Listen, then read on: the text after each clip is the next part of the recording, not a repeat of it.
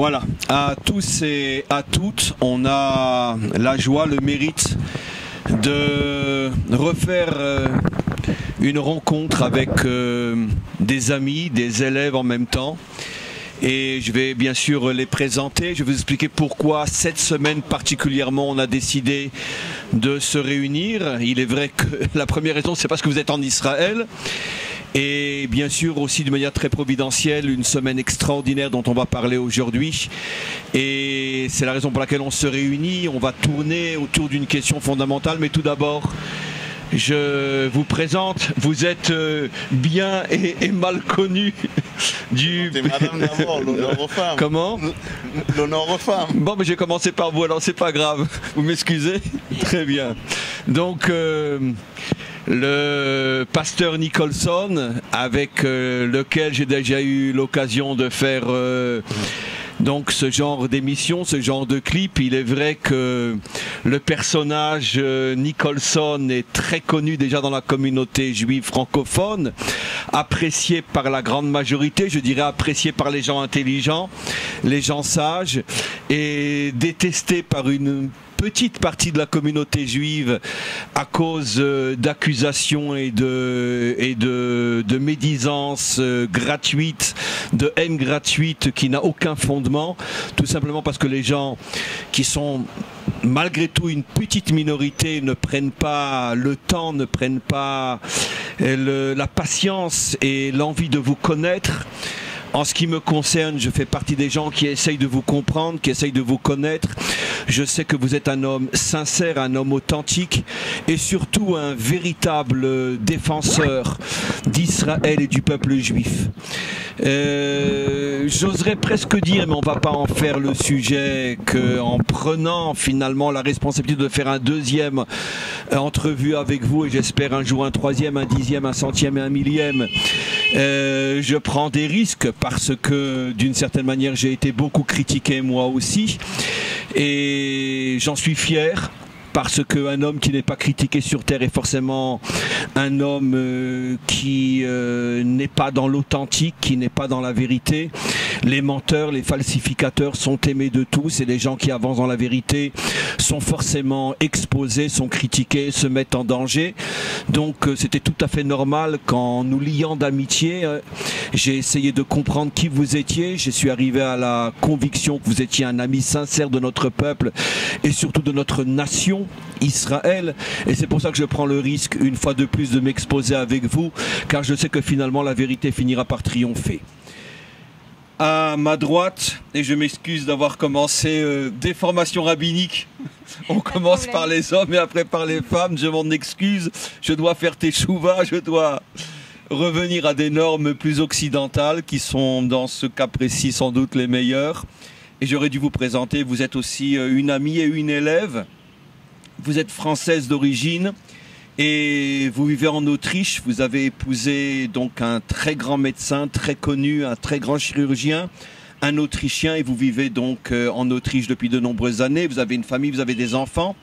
Et en vérité, le lien qui vous unit tous les deux, le pasteur et vous, c'est que vous êtes tous les deux évangéliques et vous faites partie de la tendance évangélique qui est très très proche, qui sont des amis sincères, profonds. Je sais, encore une fois, j'insiste, excusez-moi d'insister, et à droite, et à gauche, et à droite. Je sais que nombreux sont les juifs qui n'y croient pas. Nombreux sont les juifs qui sont malheureusement manipulés par certains rabbins qui ont décidé qu'à partir du moment où tu es chrétien, tu es forcément quelqu'un de mauvais. Et on souhaite à tous ces rabbins, à toutes ces tendances, d'ouvrir les yeux et de se rendre compte que le monde a changé, que le monde change, et que de plus en plus de non-juifs, et même dans les milieux chrétiens, deviennent des amis sincères et profonds d'Israël. Je vous connais peu, mais je vous connais assez, Céline, pour savoir que vous êtes une amie profonde, sincère, puissante. Et comme je le dirais, Alva, qu'il y ait autant de juifs qui aiment le peuple juif comme vous en tant que non-juif évangélique, vous aimez sincèrement mon peuple. Je sais que vous n'avez aucune idée derrière la tête. Vous ne faites pas partie de ces tendances qui nous tendent la main pour essayer de nous convertir. Vous n'êtes pas une missionnaire, loin de là. Et vous aimez notre peuple pour ce qu'il est aujourd'hui, demain et pour l'éternité. Et sincèrement, je vous en remercie parce que je sais que je ne me trompe pas. Et c'est pareil pour le pasteur Nicholson. Et donc on va rentrer directement dans le vif du sujet. On est dans une semaine extraordinaire, une semaine où on a vu des pas de géants se produire dans l'histoire, dans le rapprochement entre une certaine partie de l'Occident, voire même chrétien, et le peuple juif. Bien évidemment, je fais allusion à ce qui s'est passé cette semaine, le passage de l'ambassade à Jérusalem, mais tout ce que cela signifie. Avant de vous poser des questions respectivement, je voudrais rappeler deux choses. Il y a eu, je l'ai mis sur mon Facebook, il y a eu au moment, dans l'ambassade lui-même, au moment de l'inauguration, il y a eu un pasteur évangélique lui-même, je l'ai mis sur mon Facebook. Bon, le discours est en anglais traduit en hébreu, j'espère que très bientôt on pourra l'avoir aussi traduit en français. Un discours absolument époustouflant. Il n'y a pas de mots pour décrire ce que ce pasteur dit. Cet amour profond, cette reconnaissance inimaginable de la part d'un chrétien, et j'imagine que s'il a été choisi par les Américains pour être le porte-parole de la chrétienté, et de son positionnement lors de l'inauguration. Bien sûr, je ne parle pas de la chrétienté catholique, il s'agit d'un protestant, très certainement d'un évangélique, mais malgré tout qui représente des centaines de millions de chrétiens dans le monde, avec toutes les nuances, bien sûr, même à l'intérieur des évangéliques. On n'est pas dupe, on sait très bien qu'un homme ne ressemble pas à un autre, mais quoi qu'il en soit, choisi par le gouvernement américain, c'est comme un symbole. Ses propos sont bouleversants. Vraiment, je dirais d'une manière très simple, de quoi péter un câble. Dans la positivité, dans l'ouverture, dans la tolérance, dans la reconnaissance. C'est quelque chose qui devrait être traduit dans les 70 langues. Il faut absolument que le monde entier écoute ce discours fabuleux qui montre qu'effectivement, une grande partie du monde change, une grande partie du monde occidental prend conscience que quelque chose de fondamental a changé, que le peuple juif n'est pas ce qu'on a voulu expliquer pendant des millénaires, et il y a effectivement un très très très grand repentir, et pas seulement de l'homme de la rue, je parle du chrétien croyant, et même de ceux qui dirigent la chrétienté, ou une certaine partie de la chrétienté comme ce pasteur. Des propos qui sont tout à fait de l'époque messianique, des propos qui sont sans doute ceux qui vont être tenus une fois de plus par tous les dirigeants des nations à côté du Mashiach lui-même lorsque la délivrance aura lieu véritablement. Je ne pense pas qu'on pourra dire des choses aussi fortes que ce qu'on a entendu cette fois-ci. Je voudrais toujours encore une fois, avant les questions, vous avez participé hier, Céline, à la marche des nations. Et il y a eu une charte, une déclaration du jour de l'indépendance liée donc aux 70 ans de l'État d'Israël. Vous étiez tous des non-juifs, tous des chrétiens, la plupart évangéliques, à participer à cette marche, car vous êtes aujourd'hui le fer de lance de l'amitié profonde, réelle, puissante entre le christianisme et le judaïsme. Je ne parle pas bien sûr des relations judéo-chrétiennes, tout ça c'est du passé, ça n'a jamais vraiment existé, ça n'a jamais vraiment été ce dont on parle aujourd'hui, parce que vous ne reconnaissez pas uniquement la religion juive, vous reconnaissez le peuple juif, l'histoire juive, la nation d'Israël. Et ça c'est un fait nouveau qui effectivement est le fruit surtout de la tendance des évangéliques. Vous êtes des centaines de millions. Je voudrais lire quelques passages, 2-3 lignes sur des dizaines de lignes. La marche des nations a pour devise de la Shoah à la nouvelle vie. En effet, 3 ans seulement après la fin de la Shoah, Dieu accomplissait ses anciennes promesses bibliques. 70 ans plus tard, l'existence d'Israël est le plus grand miracle de notre époque. Ce sont encore une fois des chrétiens qui parlent. Nous verrons Et bon, et alors après, ensuite, bien sûr, des versets, il arrivera dans la suite des temps que la montagne de la maison de l'Éternel sera fondée sur le sommet des montagnes, qu'elle s'élèvera par-dessus les collines. Et bien sûr, ça fait allusion à Sion et à Jérusalem, qui de Sion sortira la Torah et de Jérusalem la parole de l'Éternel. Ce qui m'a surtout bouleversé, en fait, chaque ligne, chaque mot est bouleversant. On a vraiment l'impression d'être déjà au moment de la délivrance. Mais regardez un petit peu cette déclaration. En tant que chrétien de toutes les églises et dénominations de tous les pays et nations, nous avons cette racine commune et diabolique qui se situe dans l'histoire de l'exil des premiers siècles.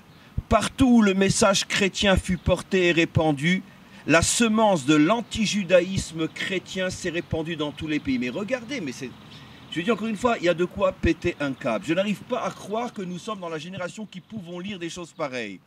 Que des représentants de l'église chrétienne, ne sévèrent pas des catholiques, mais je suis sûr que dans le groupe devait y avoir sans doute beaucoup de catholiques, quoi qu'il en soit, reconnaissent qu'ils ont semé la haine du juif depuis la naissance du christianisme. Quant aux églises ou dénominations nouvellement établies, elles ont hérité généralement des graines mortelles de l'antijudaïsme.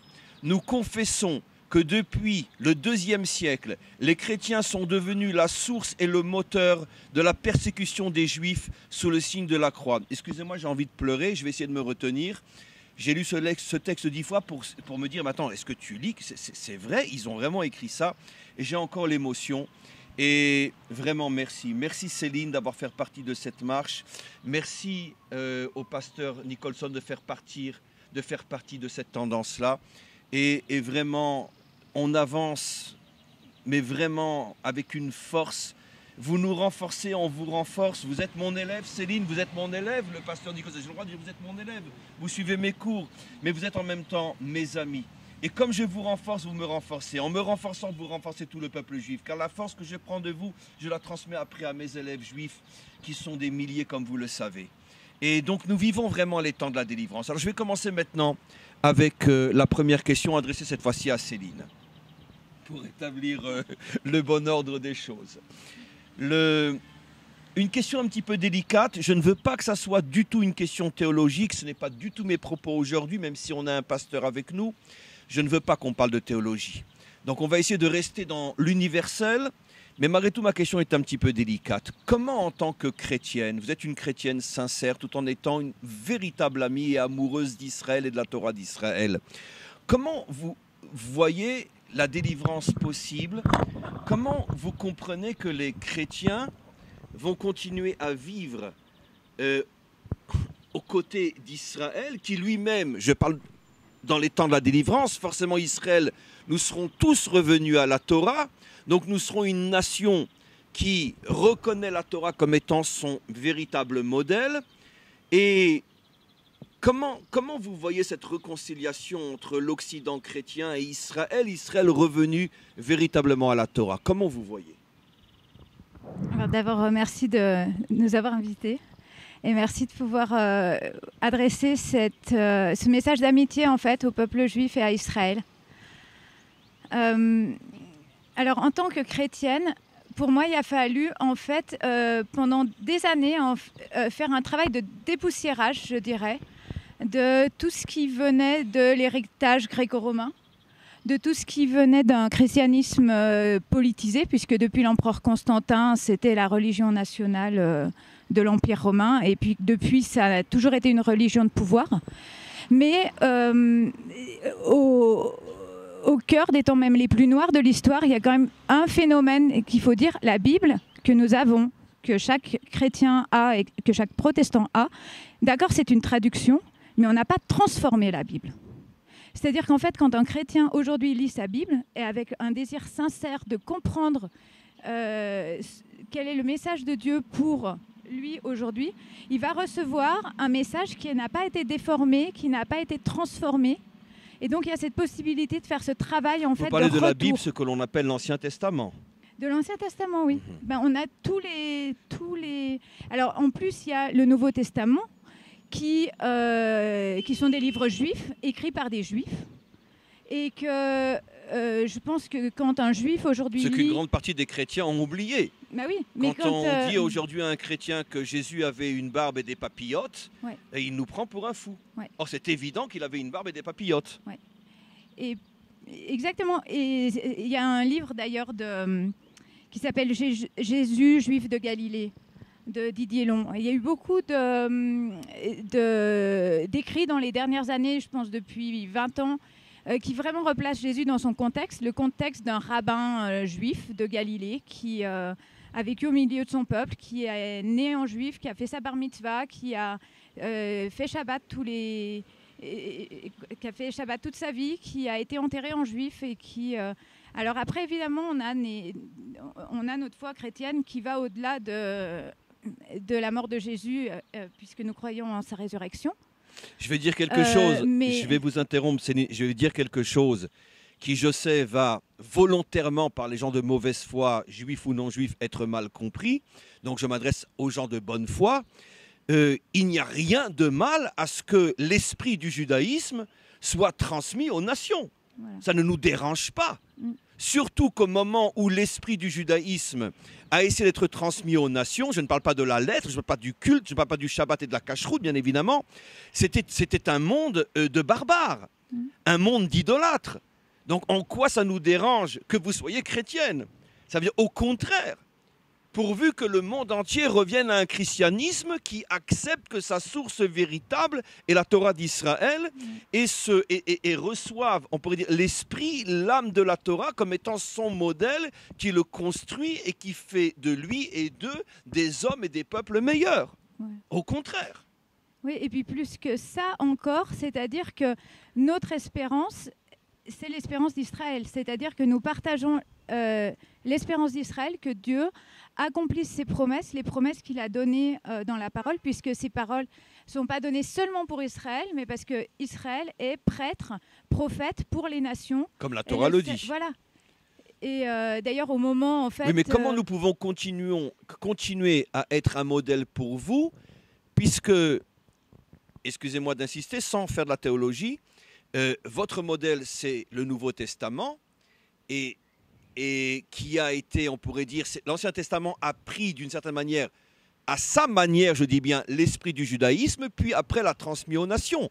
Mais la Torah telle que nous la comprenons, en quoi elle peut être votre modèle? Car il y a même au niveau de l'esprit, il y a des divergences entre la manière dont nous comprenons, par exemple, tu aimeras ton prochain comme toi-même, et la manière dont le Nouveau Testament comprend, tu aimeras ton prochain comme toi-même. Votre modèle est le Nouveau Testament, pas l'Ancien. Donc en quoi l'Ancien Testament pourrait malgré tout être une référence pour vous? Alors moi, je dirais que si le Nouveau Testament n'était pas directement enraciné dans l'Ancien Testament, et profondément enraciné dans l'Ancien Testament, alors il n'aurait pas de raison d'être. Concrètement, si on n'est pas dans la lignée des prophètes, de la révélation que Dieu a donnée au Sinaï, de ce peuple juif qui marche dans les pas d'Abraham, d'Isaac et de Jacob, dans ce cas, ça veut dire qu'on a fait du Nouveau Testament quelque chose qu'il n'était pas, puisque Jésus était clairement un juif. donc d'après vous, les Juifs doivent rester juifs pour l'éternité? Je ne pense pas que Dieu demande aux Juifs de quitter le judaïsme. Au contraire, je pense que Dieu a appelé les Juifs à, en tant que peuple, être ce peuple témoin, à être ce peuple qui est son serviteur, qui est le premier-né, c'est-à-dire c'est le peuple aussi qui ouvre le chemin aux nations. Et d'ailleurs, c'est quelque chose qu'on partage avec tous les membres de la Marche des Nations, c'est-à-dire que nous nous refusons de faire du prosélytisme, de faire de détourner les Juifs de la foi juive pour rentrer dans un christianisme. On peut volontiers parler de qui est Jésus pour nous, mais Jésus n'est pas devenu chrétien. Jésus n'a pas fondé de nouvelles religions. Très bien Céline, merci beaucoup. Je pense que ce que vous venez de dire est d'une importance... Je crois que le mot capital n'est pas suffisant. Je n'ai pas de mots pour définir ce que je ressens en écoutant vos propos, qui sont pour moi une improvisation. Je ne sais même pas ce que vous alliez répondre à la question que je vous ai demandée. Et j'avoue que c'est le langage de la délivrance. C'est le langage de la réconciliation, c'est le langage de la délivrance, c'est le langage du pont construit entre nous et les chrétiens. et que le Maître du monde vous donne la force de faire partie de ce fer de lance qui va agir à cette reconstruction, car je crois que vous en avez la capacité. Et je suis fier de vous avoir comme élève aussi. Merci. Alors le pasteur Nicholson, le baroudeur, le chef commando, que j'aime tellement, que j'apprécie tellement, que je respecte tellement. À vous, je vais m'adresser d'une autre manière. Vous êtes un véritable militant. Vous prenez sur vous plus de danger que la grande majorité des Juifs qui vivent en France. Vous vous exposez, vous vous mettez en danger. Vous avez déjà à plusieurs reprises reçu des menaces de la part de, peu importe, on n'a pas besoin de les citer, je ne parle pas des Juifs, hein, je parle de vos vrais ennemis, des ennemis d'Israël, et qui sont aussi les vôtres, puisque vous vous exposez tellement à défendre Israël. Peut-être à la différence de Céline, je vais vous parler plus d'Israël que des Juifs, puisque vous avez un engagement, un militantisme énorme, politique, concernant Israël en tant que nation. Encore une fois, je disais que votre grandeur, et c'est ce qui m'a amené à vous respecter sincèrement, c'est parce que d'abord, vous n'êtes pas un missionnaire, mais surtout, vous prenez des risques et vous vous mettez en danger pour défendre notre nation. Alors ça, par contre, je voudrais l'entendre et le réentendre. Pourquoi vous militez tellement, je ne parle pas pour les Juifs, mais pour Israël? Pourquoi? Bon, d'abord, je voulais m'excuser pour ceux qui ont essayé de vous limoger. Le titre missionnaire... Non, j'ai été limogé dans beaucoup d'endroits. Hein. Oui, oui. Mais j'explique. Le titre missionnaire m'a été attribué, même si je suis français, par une mission aux États-Unis avec laquelle je travaille. Mais ça veut juste dire envoyé. Pourquoi? Parce que je ne suis pas... Bon, Céline est française. Elle est blanche. Moi, je suis un Antillais noir sorti de quelque part d'autre. Donc, aux États-Unis, ça s'appelle missionnaire. Seulement les Français ont mal traduit. Voilà. En français, missionnaire veut dire... Oui, ça veut dire chaliard. C'est comme en hébreu, chaliard. Exactement, ça veut dire un envoyé. Mais les Français, quand ils ont vu missionnaire, on dit il est là pour nous convertir. Et parce que seulement qu'ils aillent à l'école et qu'ils apprennent à traduire l'anglais. Non, donc qu'il y ait un juif qui dit que j'ai essayé de le convertir, une preuve. Mais même à la base, quand je faisais des choses risquées, on va dire, j'allais à Saint-Paul, à différents endroits, quand il y avait des manifs, quand il y avait le Mavi Marmara, l'hyper caché, un tas d'autres choses. Même Johan Cohen, je l'ai connu. Je prends des risques physiquement. Si je voulais convertir qui que ce soit, autant pour moi essayer de rester en vie que de mourir. Je suis monté sur le mont du Temple, j'aurais pu y rester. De toute façon, regardez, vous êtes champion de taekwondo, moi je suis champion de Krav Maga. Si vous essayez de convertir quelqu'un, je vous casse la figure. Mais moi... Comme d'autres chrétiens, comme John Hagee, duquel vous avez parlé tout à l'heure, moi justement, dans mes études, j'ai beaucoup étudié John Hagee, son amour pour Israël. Celui qui a parlé à l'ambassade. Oui. C'est un homme incroyable. Donc je viens de la même école les mêmes écoles qu'ils ont fondées, et donc qui sont prêts eux-mêmes à aller jusqu'au bout. Il y a d'autres groupes qui s'appellent Koufi, dont il a fondé ce groupe, Christians United for Israel, qui sont prêts. On a des jeunes comme moi, certains plus jeunes que moi, certains militaires et autres qui sont vraiment prêts physiquement à se battre, à prendre les armes. Vous avez eu des déclarations récemment de soldats américains et un général américain, deux, un noir et un blanc, qui ont décidé qu'ils vont se battre pour Israël. Il est marqué explicitement dans un texte qui est vieux de plus de 2000 ans qu'à l'époque de la délivrance, un nombre incroyable de non-juifs venus du monde entier viendront s'inscrire dans l'armée d'Israël pour être aux côtés d'Israël pour se battre contre ceux qui voudront attaquer cet État. Un texte qui date de plus de 2000 ans. Jérémie l'a dit. Ézéchiel a aussi écrit qu'on va vous aider à établir le grand Israël, c'est-à-dire au-delà de l'Euphrate, du Tigris, prendre l'Irak, l'Iran et tout ça. Et moi, j'y crois. Aussi, il est écrit dans Ézéchiel encore, 8, que 10 hommes de toutes les nations viendront et prendront les vêtements les pans de vêtements d'un juif et lui diront « Amène-nous à la maison de l'Éternel, qu'on puisse connaître l'Éternel. » Donc, moi, je fais partie. Il y a beaucoup de gens qui me disent « Mais pourquoi tu ne te convertis pas ?» tout le monde n'est pas obligé d'être juif. L'Éternel a créé des juifs et des non-juifs. Que non. Mais il n'y a rien de plus stupide pour un non-juif de se convertir. Comme je dis toujours, ne peut se convertir qu'une âme juive qui était perdue et qui revient. Mais un non-juif ne doit pas se convertir. Nous avons besoin des non-juifs. Israël a besoin des 70 nations. Il est hors de question qu'on devienne tous des juifs. On est la seule religion au monde qui refuse justement le prosélytisme et le missionnarisme. Nous respectons le non-juif tel qu'il est. Je vous aime tel que vous êtes et surtout ne devenez pas juif. Mais moi, je compte aller jusqu'au bout. Là, on voit encore ce qui se passe en France. J'ai eu des amis, des proches dans les attentats, des proches de certains amis, des familles de certains amis qui sont morts dans des attentats, des choses comme ça. Et donc, vraiment, ça me dégoûte. Et on me dit, oui, mais Nicholson, il ne faut pas prendre des risques. Moi, ce n'est pas prendre des risques pour me montrer, pour Alors, faire quoi que ce revenez soit. sur ma question. Oui. Pourquoi? Parce que vous auriez pu être un militant, on pourrait dire, du peuple juif ou de la religion juive, Oui. comme de plus en plus de chrétiens et surtout d'évangéliques aujourd'hui. Mais vous allez un peu plus loin. Vous êtes aussi un militant de l'État d'Israël, même dans sa forme actuelle, qui n'est pas encore un Oui. État qui est revenu à la Torah. Vous défendez Israël malgré Oui. tout. Quelle est votre position par rapport à ça? Pourquoi vous voulez absolument vous mettre à ce point en danger pour Israël? Pas seulement pour les Juifs, mais pour Israël. Mais il y a d'autres qui l'ont fait avant moi. Eliezer, Itaï, le serviteur de David. Ruth a pris des risques en allant avec Naomi.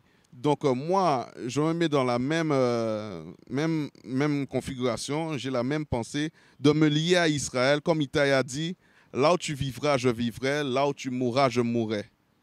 Donc moi, pour moi, aider, même si la vie, on peut la perdre. On peut la perdre à n'importe quel moment.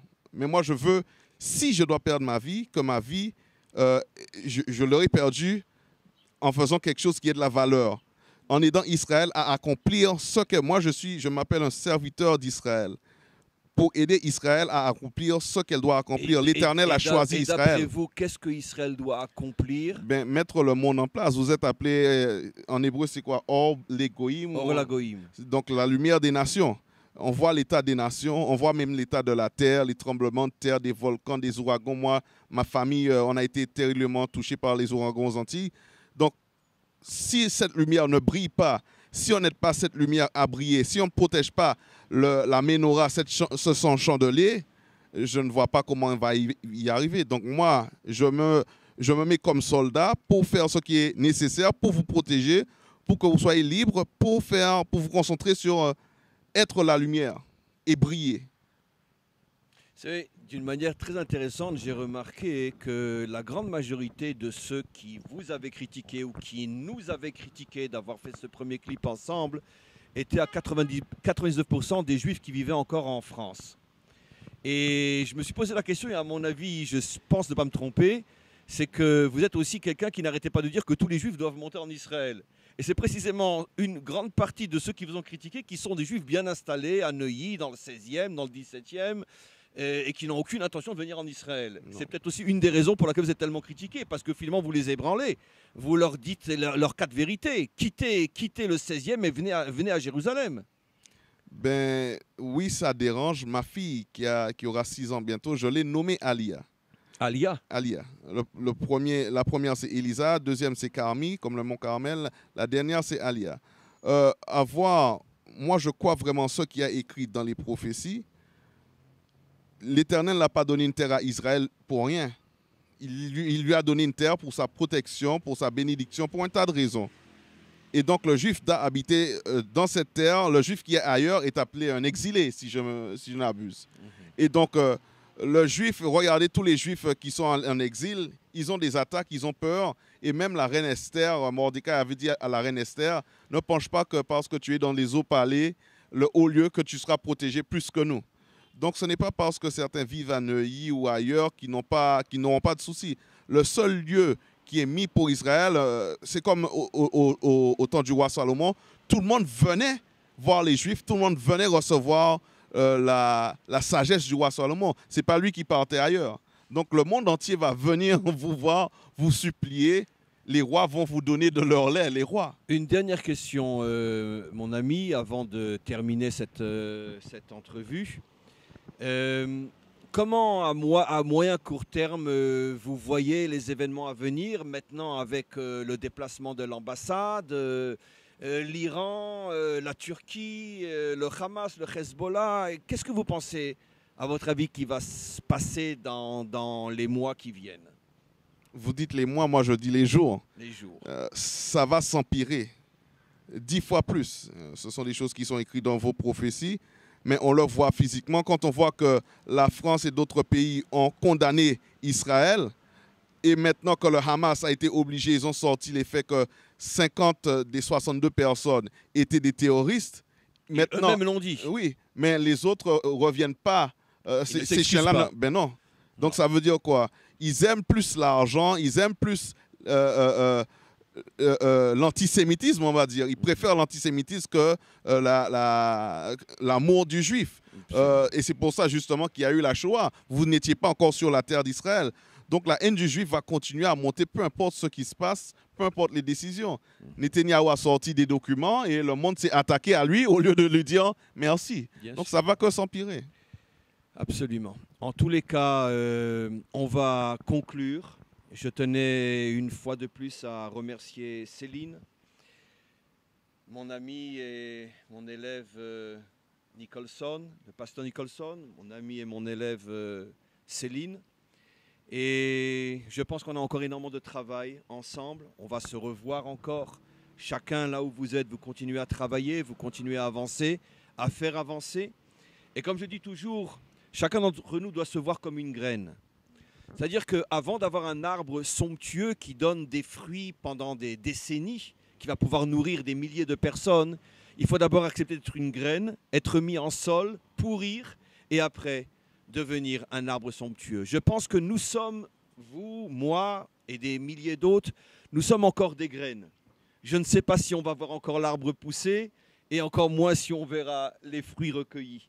Mais un jour viendra où le monde entier reconnaîtra qu'il y a eu une génération où il y avait un Nicholson, il y avait une Céline, il y avait un autre et une autre et un autre et une autre, et que ce sont toutes les graines qui se sont sacrifiées pour qu'un jour le monde puisse profiter de cet arbre somptueux qui sera l'arbre de la délivrance, qui pourra nourrir le monde entier. Merci, merci d'être ce que vous êtes, merci d'être mes amis, merci d'être mes élèves. Et nous continuons ensemble, malgré toutes les difficultés, malgré parfois les critiques, les menaces, les insultes, les humiliations. Nous continuons ensemble, car nous avons la vérité avec nous. Nous allons gagner, parce que nous sommes des vainqueurs. Et surtout, et au-dessus de tout, merci au Maître du monde de nous avoir donné la sagesse d'être ensemble et d'avancer ensemble. Amen.